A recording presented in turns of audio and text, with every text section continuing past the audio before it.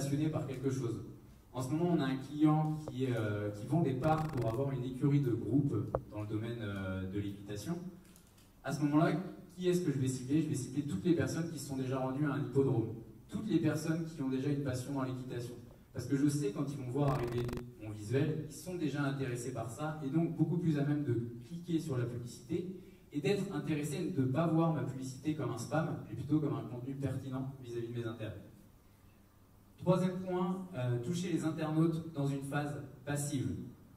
À l'inverse de Google, quand vous faites de la publicité sur Google, ce qu'on appelle la publicité payante, l'AdWords, vous avez les deux premiers résultats qui sont payants. C'est-à-dire que l'entreprise a payé pour acheter ces mots-clés. Je reviens à mon exemple d'écurie groupe, on fait également de l'AdWords pour eux. Clairement, là, on cible les investisseurs qui ont tapé acheter des parts dans une écurie groupe.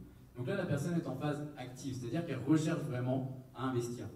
En e-publicité, si on est sur la timeline Facebook, ou encore je prends tout le temps Facebook comme exemple, on a également Twitter, la personne qui est sur Twitter, elle est en phase passive, c'est-à-dire qu'elle est en train de regarder, elle est dans son canapé, après 18 h, elle a déjà eu sa journée de travail, donc il faut lui trouver du contenu qui va être pertinent et justement transformer cette phase passive, au moment où elle est sur Facebook, en une phase active où elle va se retrouver sur votre site web et donc elle va souhaiter activer quelque chose, rentrer son adresse mail dans votre mailing list, ou alors même acheter l'un de vos produits suivant le système que vous avez mis en place, mais passer vraiment de cette phase passive où elle regarder la photo d'hier soir avec ses amis à une phase active où elle est sur votre site web et elle va faire quelque chose.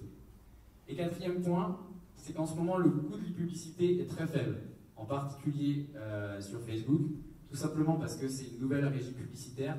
Encore peu d'entreprises, quoi qu'on en dise, encore peu de TPE et PME sont présents sur Facebook, donc le CPC est encore très faible. Contrairement à AdWords, où on va avoir des coûts par clic qui peuvent être à 3, 4, 5 euros. C'est-à-dire que la personne a cliqué sur votre publicité, vous avez dépensé 5 euros, mais vous ne savez même pas encore si elle a été rentabilisée, c'est-à-dire si vous l'avez convertie sur votre site web.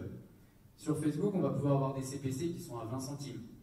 C'est-à-dire qu'avec 20 centimes, comme je vous disais, si vous avez un budget de 2 euros par jour, vous pouvez quand même toucher un certain nombre de personnes pour un budget finalement moindre.